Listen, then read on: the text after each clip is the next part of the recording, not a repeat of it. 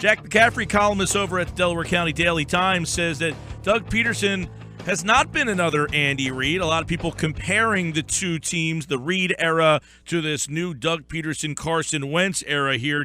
Jack, first off, thanks for jumping on board here with us. And you were around the Andy Reid era. What looks and feels different about this Doug Pederson through a couple of games so far? Certainly on game day, as everybody remembers, Andy Reid was always unprepared, wasting timeouts, occasionally forgetting to have players on the field. We haven't seen Pederson lose yet, but anytime Andy Reid would lose, he would say, listen, I didn't have my players in the right position to win. Pederson, much better game day coach, a little bit more innovative. His teams look much more disciplined, prepared, and able to execute. But furthermore, my column today was about how not only that, he's different in the locker room, he's different in the press, he's different from Andy Reid in every way, which is surprising because myself and I think most people would have guessed, okay, this is Andy's guy. This is the guy who played for Andy. This is the guy who coached for Andy. This is the guy that Andy recommended. It was no secret that this was that Doug Pederson fell off the Andy Reid tree. So you're looking and you're saying he's going to be very similar to Andy Reid. If he was, that wouldn't have been the worst thing. Andy Reid had certain success here, went to a Super Bowl, some other things. It wouldn't have been a catastrophe if he was very similar to Andy Reid. But turns out that he's not at all like Andy Reid, and that's really to the Eagles' benefit. So whatever he brought, whatever knowledge he brought out of learning from Andy Reid, it's very refreshing that Doug Pederson's his own guy. Yeah, it seems, Jack, that he does a lot more, has this team a lot looser and very confident. You know, you see them going for fourth downs a lot, and it seems that he is trying to get the message to this team early to have confidence, and I have confidence in you, whereas you kind of indicated they seem to be tight a lot in games under Andy. Oh, yeah, there's no two ways about it. There's a lot of ways to look at it. Other than Wentz, that's a big other than. They're really not a young team. They're pretty experienced at most positions. So it made for a nice transition for a rookie head coach to be able to come in and coach guys that were they've been around the block. At least many of them have. So they were prepared before he got here. But yeah, he's done a really good job of making sure there's not crazy wasted timeouts. Even look at the way that the Eagles are able to break the huddle and get up to the line of scrimmage. They're not rushing against the clock. It's not a panic to get the play clock off. There's not a late. They have been audibling at the line, but when that's necessary, there's plenty of time to do it. And even if that wasn't the case, you'd have said, okay, Doug Pederson in his first year, give him a chance to learn the trade a little bit. But boy, he really hit the ground running and has come in. He looks anything like a rookie head coach. His teams look like they've been coached by a guy who's been in the league for 15 years. Yeah, and how much, obviously Wentz has been a huge story. He has looked very poised for a rookie, but how much credit is not only Doug, but Doug's staff that he put together? I mean, is that not being sold enough that Doug was able to go out there and get guys that maybe other coaches don't like to have, high-profile assistants sometimes because there tends to be friction in there? No two ways about it. In fact, I've written that as well, Mike. It's interesting you bring that up. That's another strength of Peter. I wrote a column prior to the season that Doug Pederson is going to be the Eagles' biggest surprise. And one of the points I made is exactly what you just said. Here's a guy that never really coached above the high school level, yet had this self-confidence to go out and hire Jim Schwartz and say, hey, listen, this is a guy, Jim Schwartz, has been a head coach in the league that's got a certain status, that's got a certain personality, it's got a certain likability about him.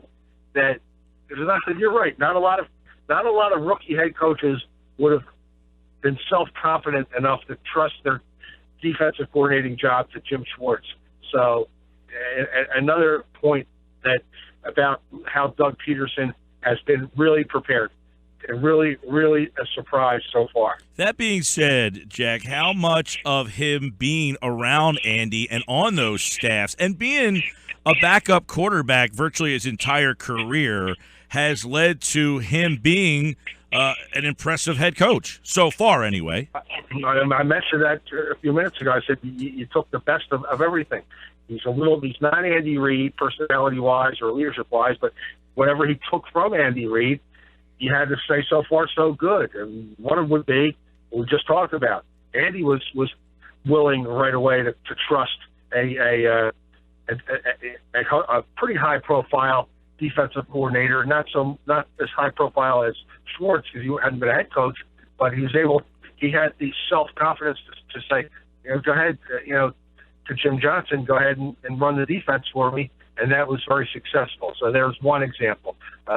Another example is that it's not exact because this was kind of dropped into Pederson's lap, but Andy Reid was willing to go with a young quarterback pretty much right away.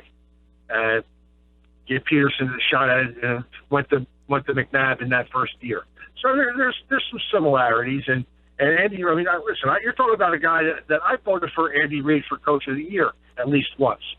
So I'm not just here to bash Andy Reid. Right. After 14 years, it was time to go. A lot of people agreed with that. Andy Reid would probably agree with that, but he definitely was many times overwhelmed on game day, and you don't see that from Pederson.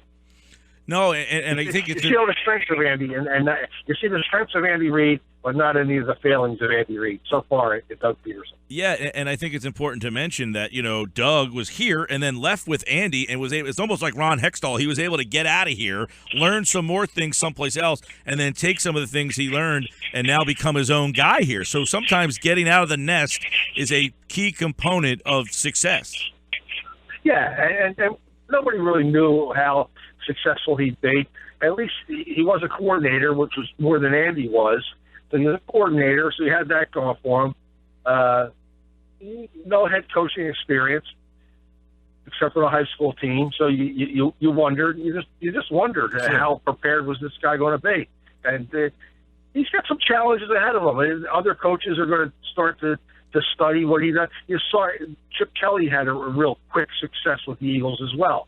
And it takes other defensive coordinators will stay up 24 hours a day and have an apple for dessert. That's it. They'll eat all day as one apple to study every darn thing that Carson Wentz and Doug Pederson do. And by the fifth game of the season, those guys won't be able to scratch their head without tipping off some defensive coordinator somewhere that's probably making $6 million a year. So it's the challenges for Doug Pederson are yet to really surface. However, again, the intangibles, the way he carries himself, as you mentioned, the courage he has to go for it on fourth down, the courage he had to surround himself with high-profile assistant coaches, the willingness he had to trust a rookie quarterback. These are things that a defensive coordinator will not be able to combat. These are traits that Doug Pederson is going to be able to carry with him throughout his career. Again, it's going to get a little tougher X's and O's wise, believe me. It's interesting. You brought up Kelly and his success early, and now Doug's having some success early. One of the things I brought up before you came on, Jack, was it seemed that Chip was stubborn and unwilling to, make the adjustments from week to week. He had his playbook. That's what he was going to run. You try to stop me. It seems that Doug takes into account who he's playing, who the opponent is, and we're going to put a game plan together based on who we're playing, something Kelly seemed to be very unwilling to do, maybe because he had that early success and says, I know it can work, yet didn't make the adjustments. Chip Kelly was an arrogant fool that did nothing in his career except cheated at Oregon and was able to put his team into a good position to win games there and then on for probation. He got an NFL head job and thought he invented the game. And again, much like Pederson, when you are an unknown, you can have quick success. And you're absolutely right, Mike. he never adjusted. He never figured out that those other defensive coordinators were smarter than he was and more experienced than he was and knew more about NFL football than he did. Same thing's what happened to Pederson. And wouldn't let his own defensive coordinator make adjustments, right? I mean, that was another problem. They had a 3-4 defense with 4-3 personnel. Exactly. Now, Pederson now let's see. I mean, again, we all agree that the challenges are going to get tougher for Doug Pederson, but maybe he's less arrogant than Chip Kelly and is able to adjust. So far, I think he's shown every indication that he'll be that way, be able to adjust better than Chip Kelly did. Jack McCaffery's piece is at the DelcoTimes.com. Check it out. It's a really good piece on Doug Pederson and how he differs at Jack McCaffery on Twitter if you want to follow him and get that link to the article. Jack, good piece, man. I appreciate it. Thanks, Mike. Thanks for having me.